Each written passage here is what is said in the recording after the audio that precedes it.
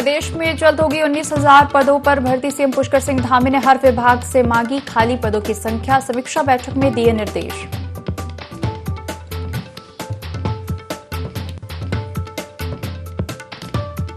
उत्तराखंड सरकार ने शुरू की मोबाइल पशु चिकित्सा इकाई। मुख्यमंत्री और विभागीय मंत्री ने झंडा दिखाकर रवाना की 60 मोबाइल गाड़ियां। पशु चिकित्सा सेवा के लिए नंबर जारी टोल फ्री।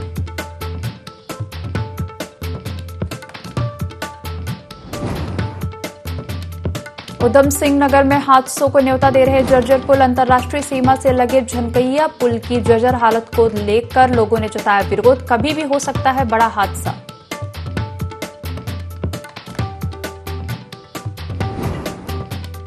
स्कूली बस और ट्रक की टक्कर के बाद जागा आरटीओ विभाग। सितारगंज में आरटीओ ने चलाया चेकिंग अभियान। आधे दर्जन से अधिक वाहनों को किया सीज।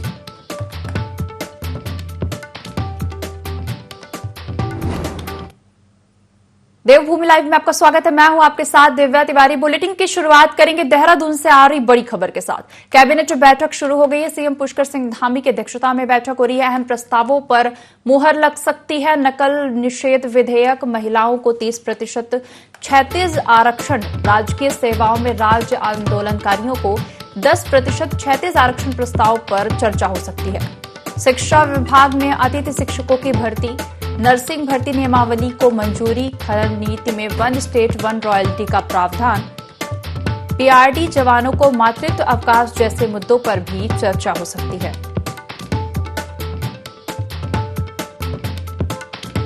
देहरादून से इस वक्त की बड़ी खबर हम आपको बता रहे हैं। कैबिनेट की बैठक सीएम पुष्कर सिंह धामी की अध्यक्षता में शुरू हो गई है। अहम प्रस्तावों पर मुहर लग सकती है। नकल निषेध विधेयक, महिलाओं को 30%, 36 आरक्षण, राजकीय सेवाओं में राज्य आंदोलनकारियों को 10%, 36 आरक्षण प्रस्ताव पर चर्चा हो सकती है।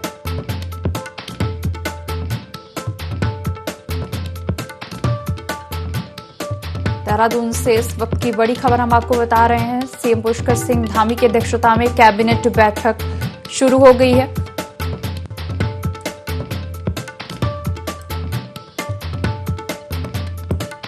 कई अहम प्रस्तावों पर मुहर लग सकती है।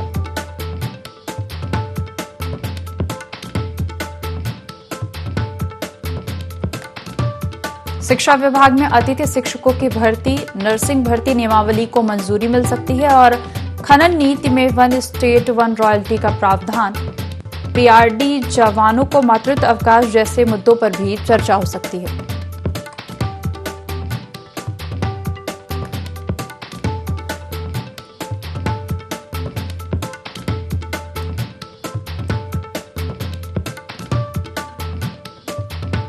देहरादून से बड़ी खबर हम आपको बता रहे हैं। सीएम पुष्कर सिंह धामी की अध्यक्षता में कैबिनेट की बैठक शुरू हो गई है। कई अहम प्रस्तावों पर, कई महत्वपूर्ण प्रस्तावों पर मुहर लग सकती है।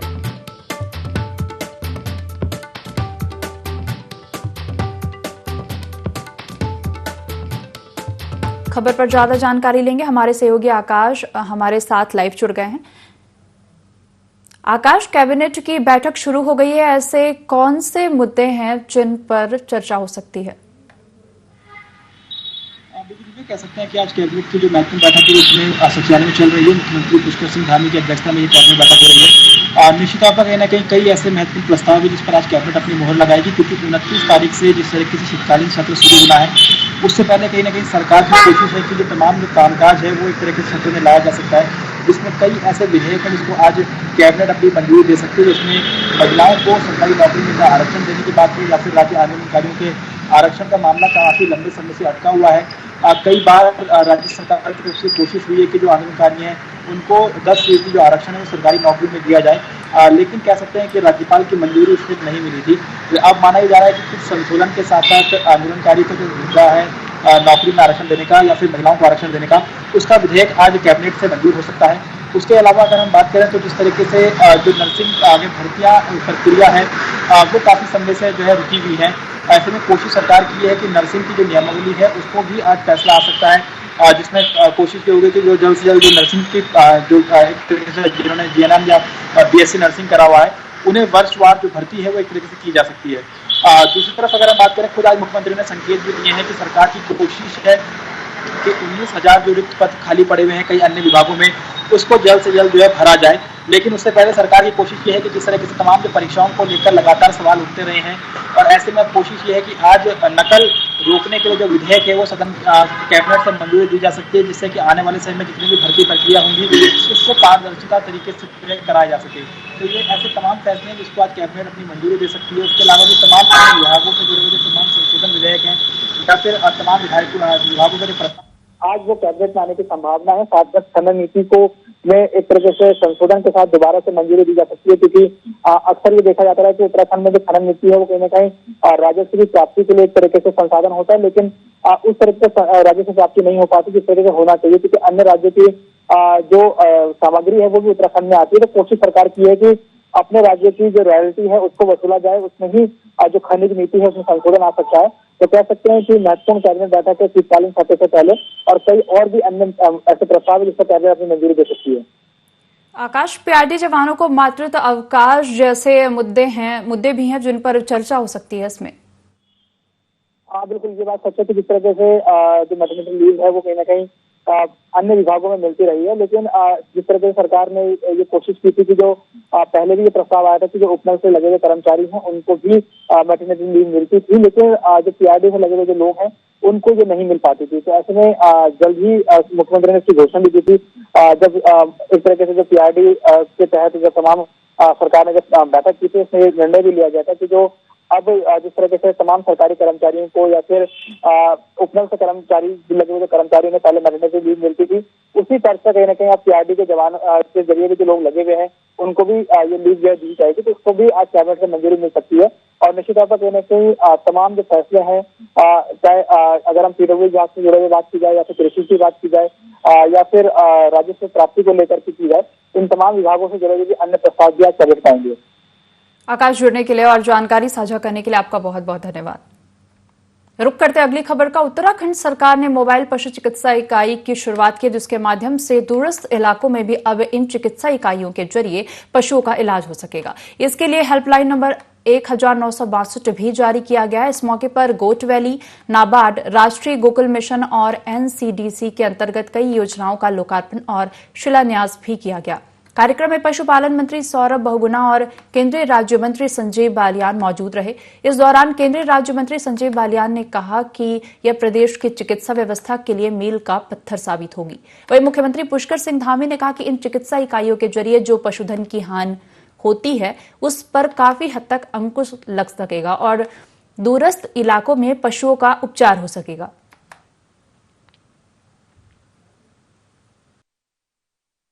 से कह रहे हैं कि हमें अभी तुरंत लगभग 19,000 जो हमारी इन 7,000 के अलावा जो 19,000 पद हमारे रिक्त हैं, हमारा संकल्प है कि हम जल्दी से जल्दी उसको पूरा करेंगे। देश के अंदर जहां माननीय प्रधानमंत्री जी ने 1 साल के अंदर 10 लाख लोगों को रोजगार देने का संकल्प लिया है, उसी कड़ी में उत्तराखंड के भी जितने हमारे सरकारी विभाग हैं सभी की मैं स्वयं समीक्षा कर रहा हूँ, और जहाँ भी हमारे पद खाली हैं उन पर भर्ती की प्रक्रिया प्रारंभ कर। कोटद्वार में भूमाफियाओं का आतंक रुकने का नाम नहीं ले रहा है। वहीं जगह जगह से प्रशासन को जमीनों पर अवैध कब्जा करने की शिकायत मिलती रहती है। वहीं ताजा मामला कोटद्वार के गिवई का है, जहां एक व्यक्ति ने कब्रिस्तान की जमीन पर ही कब्जा कर लिया और अब वहां होटल का निर्माण किया जा रहा है। वहीं दूसरी ओर एक दूसरे व्यक्ति पर नदी में ही होटल निर्माण करने का आरोप है। फिलहाल पुलिस इन दोनों मामलों की जांच में जुट गई है।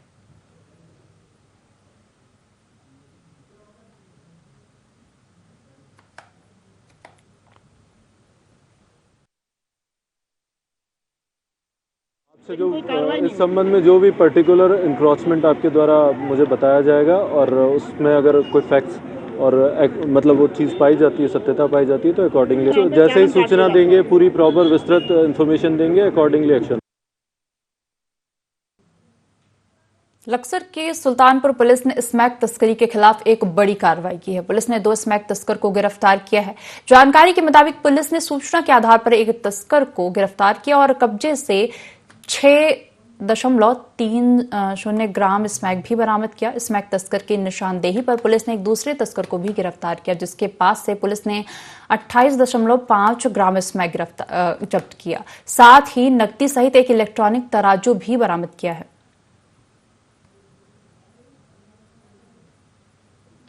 एक अभियुक्त निवासी सुल्तानपुर को 6.30 ग्राम स्मैक के साथ पकड़ा है, जिस पर जो है अभियोग दर्ज करके कार्रवाई की जा रही है। इसके अतिरिक्त इसकी सूचना पर इससे बातचीत पूछताछ में बताया था कि मैं स्मैक फलां किसके से लाया हूँ। इस पर सूचना करके एक फिर चेकिंग की गई। चेकिंग के दौरान एक अन्य अभियुक्त मोहब्बत सन ऑफ मिदा हसन को जो है पकड़ा गया। इसके कब्जे से 28.5 ग्राम स्मैक, 2700 नकद और इलेक्ट्रॉनिक तराजू बरामद हुआ है।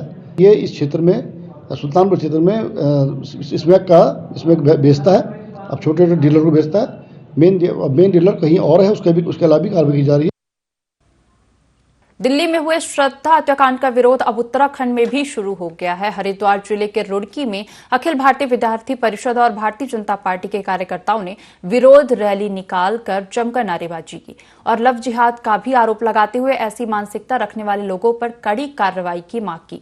कार्यकर्ताओं ने जमकर नारेबाजी कर इस प्रकार की घटनाओं का शिकार हो रही बेटियों को न्याय दिलाने के लिए भारत सरकार से कठोर कानून बनाने की मांग की है।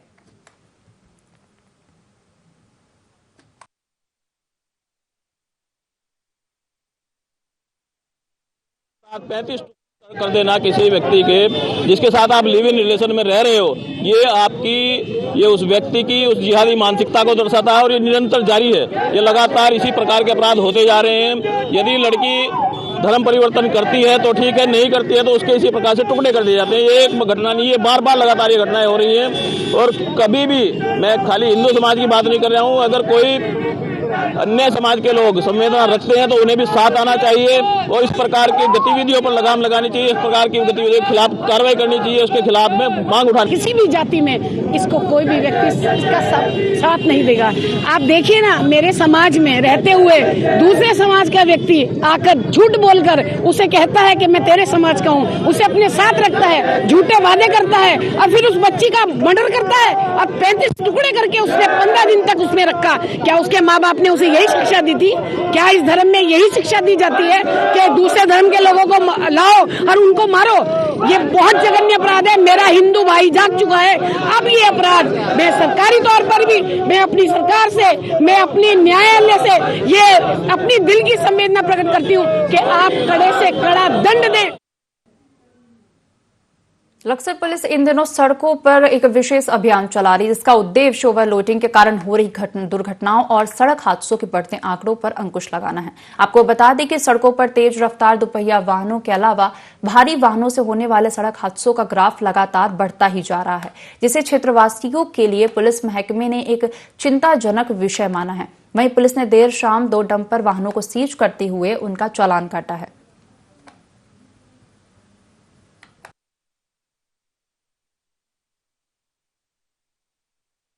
इन दुर्घटनाओं के मद्देनजर जो है पुलिस द्वारा चेकिंग की जा रही है। चेकिंग के दौरान जो ओवरलोड वाहन है या जो रैश ड्राइविंग करते हैं उनके खिलाफ कार्रवाई की गई है और इसमें 2 डंपरों को जो ओवरलोड थे ये थाने में सीज किया गया है, उनकी कार्रवाई की। लोहाघाट में पूर्व सैनिक कालू सिंह के बैग से चोरी के हजारों रुपए बरामद कर लिए गए हैं। 50,000 रुपए की चोरी पर पुलिस ने तत्काल कार्रवाई की और आसपास के सीसीटीवी कैमरे चेक कर लूट के रुपए खोज निकाले हैं।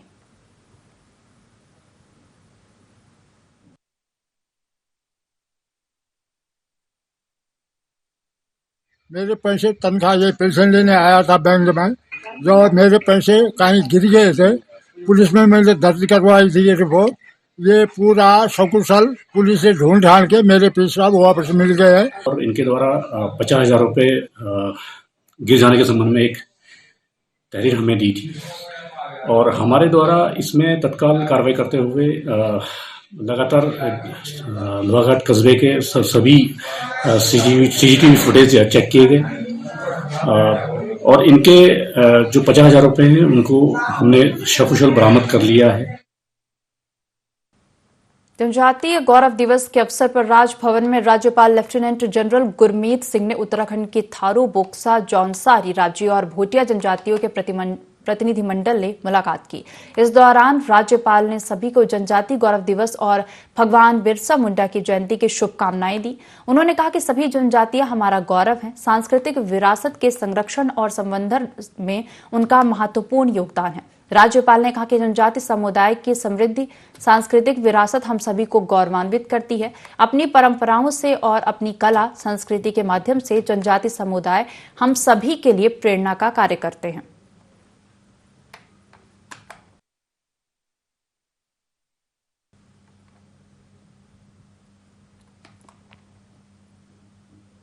मुख्यमंत्री पुष्कर सिंह धामी ने जनजातीय गौरव दिवस के अवसर पर आयोजित आदि गौरव महोत्सव को संबोधित किया। इस दौरान उन्होंने प्रदेश में जनजातीय समाज की कला संस्कृति संरक्षण हेतु कार्पस फंड की स्थापना की घोषणा की।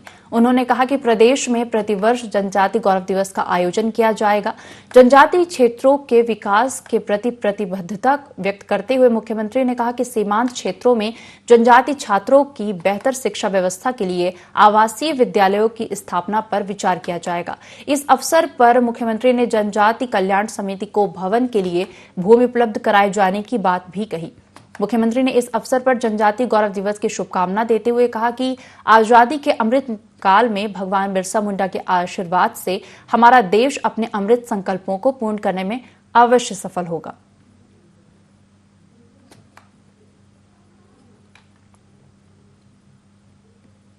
मुख्यमंत्री पुष्कर सिंह धामी उत्तराखंड जल विद्युत निगम के 22वें स्थापना दिवस कार्यक्रम में शामिल हुए। संबोधन में उन्होंने यूजेबीएनएल की प्रशंसा की। साथ ही कहा कि यूजेबीएनएल ने विकासशील सोच, अभूतपूर्व क्षमता और उच्च कोटि की कार्य संस्कृति के बल पर अलग पहचान बनाई है। राज्य स्थापना के उपरांत यूजेबीएनएल का गठन उत्तराखंड को सही अर्थों में ऊर्जा प्रदेश बनाने के लिए किया गया था। सीएम धामी ने कहा कि उज्जवल उत्तराखंड के निर्माण में हम सभी को मिलकर काम करना होगा।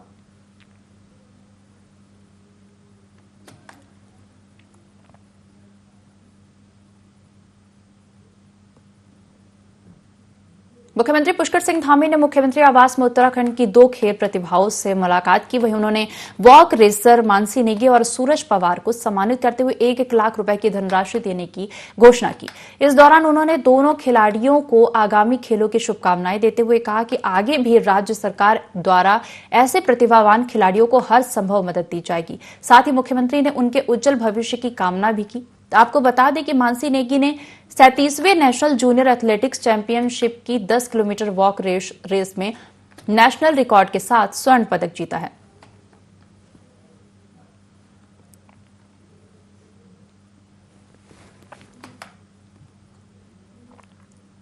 उधम सिंह नगर के खटीमा में अवैध खनन के खिलाफ बड़ी कार्रवाई की गई। एसडीएम रविंद्र बिष्ट ने सूचना मिलते ही अवैध खनन में लिप्त ट्रैक्टर ट्रॉली को पकड़कर सीज किया। खटीमा एसडीएम रविंद्र बिष्ट ने बताया कि ट्रैक्टर ट्रॉली से अवैध खनन करके मिट्टी ले जाई जा रही थी। वाहन चालक का बयान दर्ज कर लिया गया है। पेनाल्टी की कार्रवाई की जा रही है। उन्होंने कहा कि खनन पर पूरी तरह से रोक है। बिना डीएम की अनुमति से खनन नहीं हो सकता।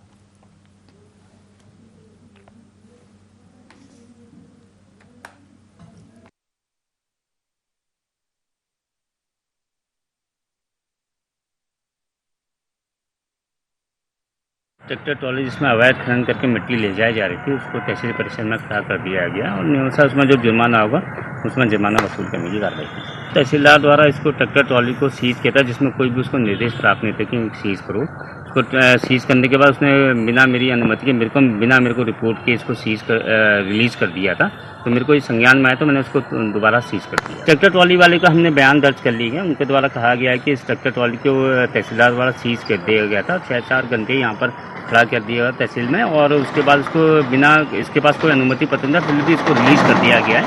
लेकिन इसमें अब जाँच कर रहा हूँ कि क्या ये विषय है। फिलहाल मैंने इसको सीज करके इसमें पेनल्टी की कार्रवाई की। खनन में पूरी तरह से रोक है और जो खनन भी होगा तो बिना डीएम महोदय की अनुमति के नहीं हो सकता। मुख्यमंत्री पुष्कर सिंह धामी हरिद्वार पहुंचे। यहां उन्होंने दिव्य प्रेम सेवा मिशन के divine college of nursing and paramedical science के प्रथम चरण का उद्घाटन किया। वहीं सीएम ने भवन निर्माण में अपना अहम योगदान देने वाले लोगों को प्रतीक चिन्ह देकर सम्मानित भी किया। इस मौके पर सीएम ने कहा कि स्वास्थ्य और शिक्षा के क्षेत्र में कई योजनाएं चल रही हैं जिससे सभी को लाभ मिल रहा है। कार्यक्रम में केंद्रीय मंत्री महेंद्र पांडे, उत्तराखंड कैबिनेट मंत्री धन सिंह रावत, प्रेमचंद्र अग्रवाल सहित स्वामी रामदेव, आचार्य बालकृष्ण और कई हस्तियां मौजूद रहीं।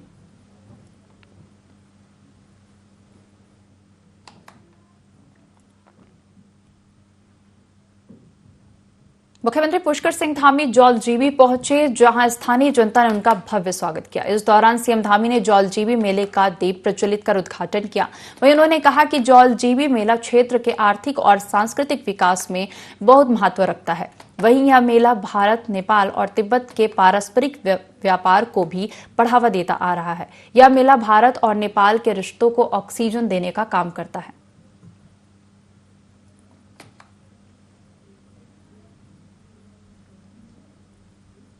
खटीमा के सभागार में भारतीय किसान यूनियन के जिला अध्यक्ष गुरुसेवक सिंह के नेतृत्व में बैठक का आयोजन किया गया, जहां किसानों ने सरकारी क्रय केंद्रों पर धान खरीद न किए जाने पर आक्रोश व्यक्त किया। इस दौरान उन्होंने आरोप लगाते हुए कहा कि कच्चे आढ़तियों और सरकारी क्रय केंद्रों पर तमाम प्रयास के बाद भी किसानों का शोषण किया गया। साथ ही कहा कि सरकारी क्रय केंद्रों पर धान खरीद का टारगेट पूरा होने का बहाना बनाकर वास्तविक किसानों का धान नहीं तौला जा रहा है।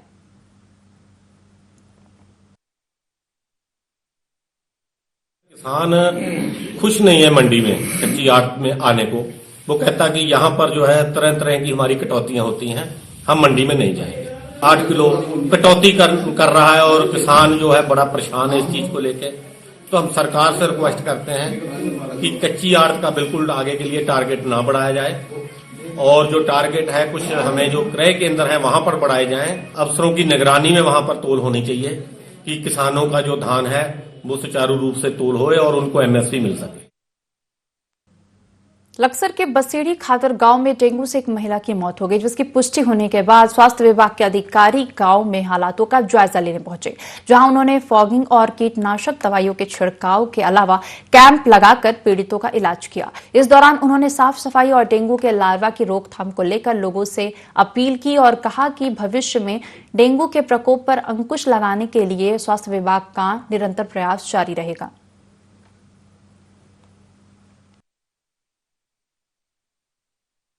कार्रवाई, कीटनाशक दवाइयों का छिड़काव प्लस यहाँ पर स्वास्थ्य विभाग के द्वारा लगातार कैंप करके सैंपल लेने का काम और जो जिन लोगों को बुखार इत्यादि है उनको दवाई देने का काम चल रहा है। इसके साथ साथ सबसे बड़ी बात है कि लोग अवेयरनेस हों, लोगों को जागरूकता के लिए भी हम लोग प्रयास कर रहे हैं कि लोग साफ सफाई रखें, खुला पानी लंबे समय तक स्वच्छ पानी ना रखें ताकि डेंगू का लार्वा उसमें उपलब्ध पैदा ना हो सके। तो प्रशासन की ओर से और मेडिकल विभाग की टीम की ओर से सभी की ओर से पूरा भरसक प्रयास किया जा रहा है कि यहाँ पर आगे कोई किसी प्रकार का डेंगू का प्रकरण ना मिले और इस पर सभी लोग लगे हुए हैं और उम्मीद है कि यथाशीघ्र इस पर कंट्रोल पाया जाएगा और अभी स्थिति सामान्य। लगातार इस गाँव की मॉनिटरिंग कर रही है, सैंपलिंग कर रही है, घर घर जाकर सर्वे कर रही है हमारी AF और हमारी आशाएं, आंगनबाड़ी और अन्य 1-2 हमारी संस्था भी है, वो लोग भी हम लोगों को सपोर्ट कर रहे हैं। लोगों को समझा रहे हैं कि जिसको भी बुखार है घर जा करके जांचें कराएं, उनके टेस्ट भी कराएं, कुछ पॉजिटिव आए लोग सामान्य हैं। डेंगू की एक डेथ यहाँ पे हुई,